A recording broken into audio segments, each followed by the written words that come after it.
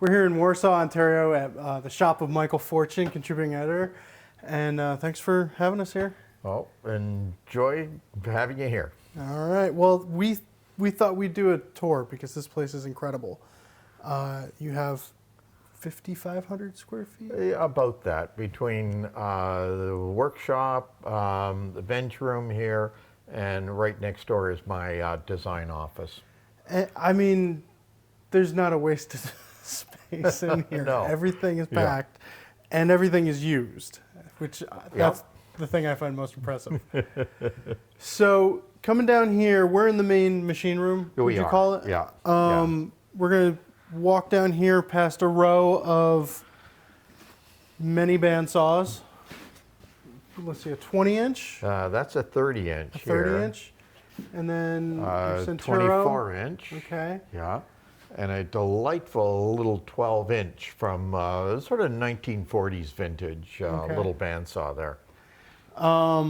Your first bandsaw.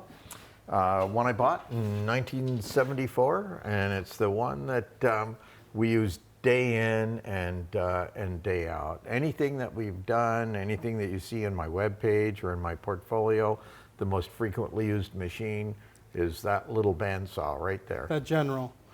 Right on. Pretty beefy jointer. What was that? This is a 12-inch General, a 1960s version. We'll get around to my bench, my workbench, and beside that is a small 6-inch jointer, which I use quite frequently. As a furniture maker, I'm often working on small pieces, and it just doesn't make sense to me to use a monster jointer when I'm working on pieces that are 12 inches and 18 inches long. Yeah. So I kind of like to use equipment that's in scale with what I'm doing. And from that perspective, right here is a 10 horsepower, 550 volt, 3-phase thickness planer, variable speed anything. It's an amazing machine, and we just don't use it that often. Yeah.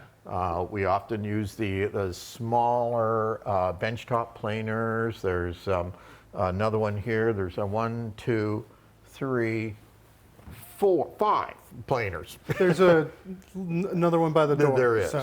And that, I have to point out that, as you go through here, you go, oh, wow, that's a lot of stuff. But on the other hand, you have to keep in mind we're always working on at least 4 things at any given moment. And a lot of these machines are set up specifically for one of those projects. That's why we have 5 thickness planers.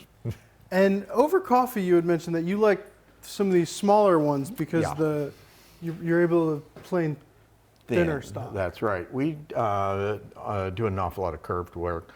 Some of it's steam bent, some of it's laminated, and we're passing our laminations through the planers.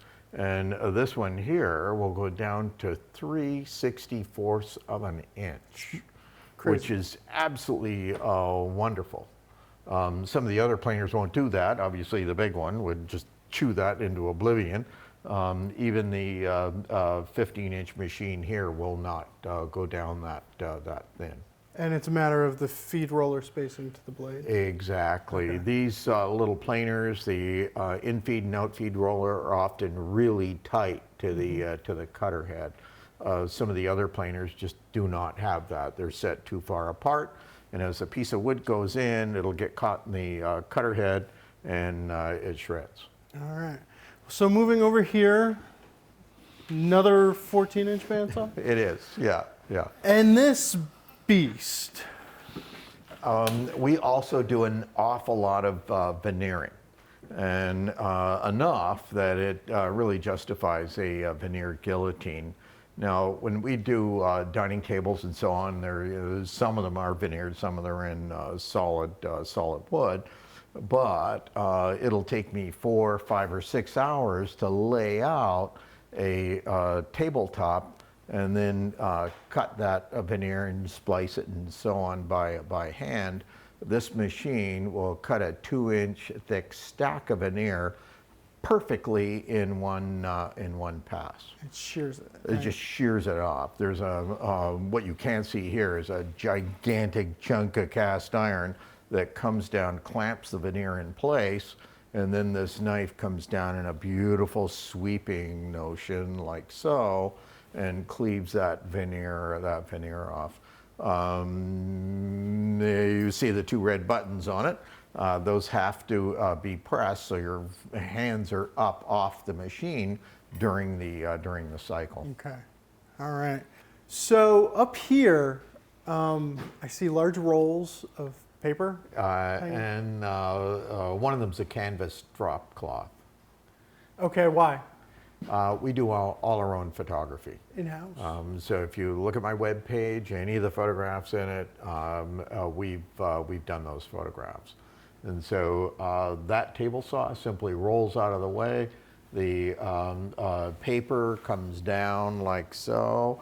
We attach it along here, and that softbox hanging on the wall there is attached to that bracket on the ceiling.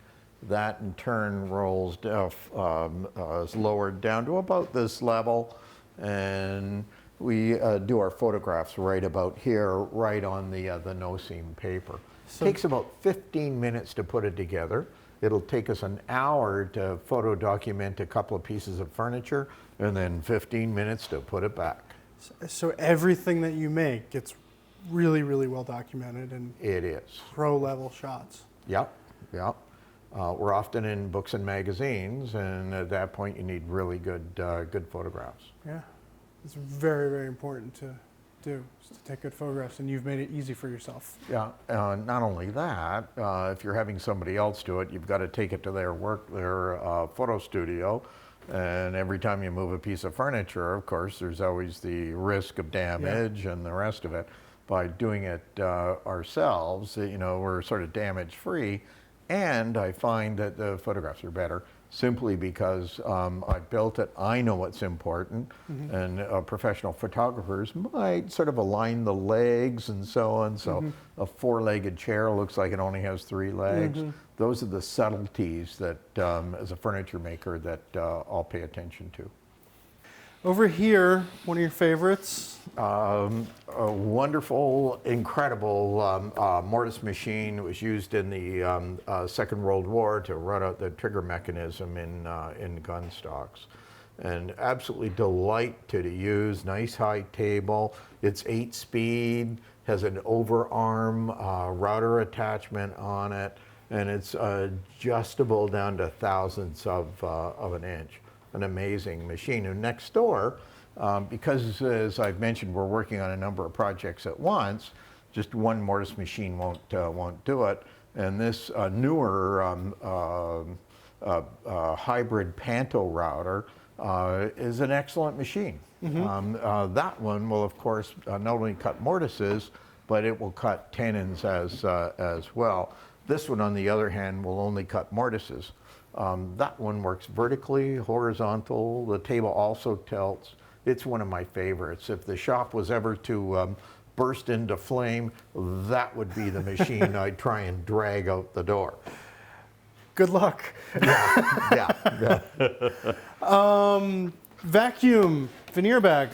That is set up all the time. And we used use that, all the time, I assume. And used all the time. If we're building a form, we want to glue sheets of MDF or particle board together, and it goes into the bag. We also use it for, of course, forming. We do an awful lot of formed work, so it's all done in the vacuum bag. Now, behind the camera is a veneer press, and we also use that if we're doing an awful lot of panel work. Okay. So let's wander over into the bench room. Check that out. All right, so we're in here, bench room? This is our bench room, although there is a smattering of machines here and there in this room as well. Yeah. Peter's here at his bench. Peter's worked for you for 4 years? We're in our 4th year working together now. All right. He's starting to get things down by now, I'm sure. Oh, to say the least. Yeah. Well, nice. There's a lot of works in progress here. You've got two different chairs. Or two different sets of chairs here. These ones, of course, are in walnut. And the one pair that Peter's working on, he's doing the inlay on the back. They're actually for a client. We did the first set of chairs for that client 27 years ago. Wow. And they've decided they would like 2 more. Okay. So we're adding to the set.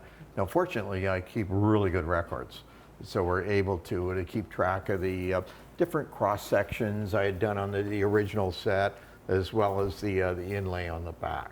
And I mean, along with the records that you keep, you have a whole room filled with the jigs that you make for each chair.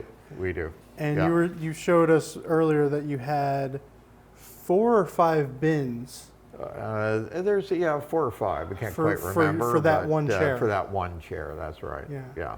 Pretty incredible, Yeah. and it just goes to show it's smart to save. Yeah. And we're working actually from this booklet that we've put together to make those chairs. So it's actually really quite an efficient process. So everything's broken down. Anybody who's working for you can work their way through the steps. Yeah. Yeah. Wow, that's part of running a business too. It is. Yeah.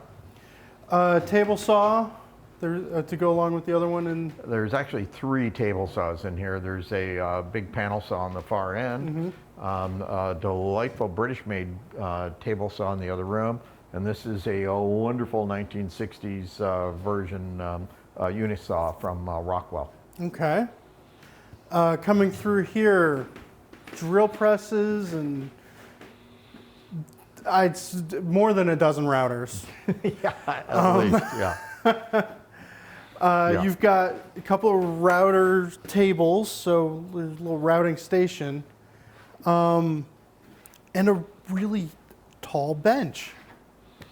This is my work area in this area here. We've already passed by Peter's. Both benches are quite tall. We've talked about that. Yeah. Yeah. So just to get the work up closer to you. Yep. That's. This is my tool cabinet here. The tools go back to 1974, and everything has my name and the date it was purchased, and if it was purchased in anywhere that was interesting, London, England, it's written right on the tool. Some of them, like this molding plane you showed me earlier, that you had made that yourself. Yeah. Yeah, I made that molding plane in Sweden in 1973. I was going to school in north central Sweden. All right. Here's the 6-inch joiner that you were talking about. So this one sees more use than the big guy.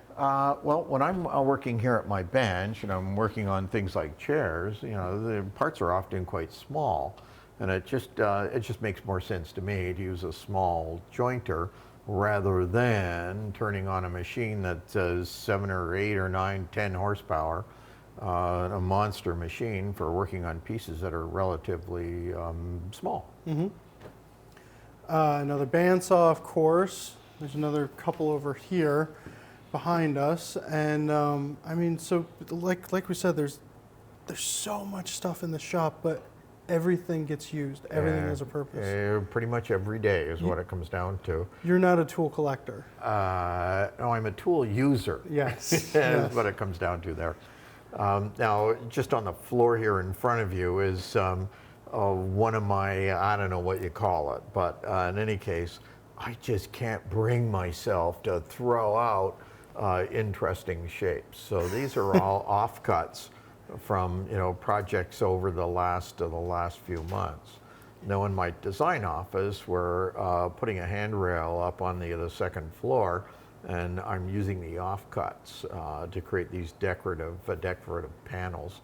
So it's my attempt at least putting some of this to use. So for most people, the best use of offcuts is firewood. Yeah. For you, you make artwork with it. We try. Yeah. Well, thank you for showing us around the shop. You're welcome. It's been a pleasure to spend some time here. Well, one thing I would like to point out is right over here. We do have interns that come in actually from around the world. And in the past while, we've had intern in from Scotland and two just finished up that were from New Zealand. And while they were here, and they're here observing a functioning furniture design and making workshop, they both worked on ideas that they would like to pursue. And this work here is by Lorraine Moss-Smith. You can see two beautifully done small quarter-size models. And Lorraine also has a series of sketches that she's gone through to come up with her idea. And now she's starting to resolve the idea as a full-size mock-up. And that's all things that she is building on that she's experienced here. The materials almost look scavenged. It just whatever you can find. Whatever it is that will approximate the shape. So what she's really after are things like proportion, understanding the relationship between one part and the next. And the chair down here is done by another intern from New Zealand, Pei-Lin Lee. And she's has been an architect in the past and is retraining to become a furniture designer and maker. The full-size mock-up is hanging in the other room, and that is just one of her quarter-size models. That's great. So you're passing the information along as well. As best I can. Yeah. Because you learned from somewhere, right? I did. In a way, well, I've always said that I could not have pursued this successfully without the internship I did with Ellen Peters back in 1973 at that point. And this, in a way, is an opportunity for me to do the same for someone that wants to pursue this as a career. Great. Well, and it's great to have kind of other people come into the shop, and they're excited about what's going on here and what they want to do and so on. And fresh eyes, fresh perspective. Exactly. Yeah. These are people that I've had as students. In this case, I've had them both at least 4 times while I've been teaching in New Zealand. Well, it's a great opportunity for them, and you're giving back, and it's win-win for everyone. Yeah, exactly. Well, awesome. Well, thank you, Michael. You're welcome.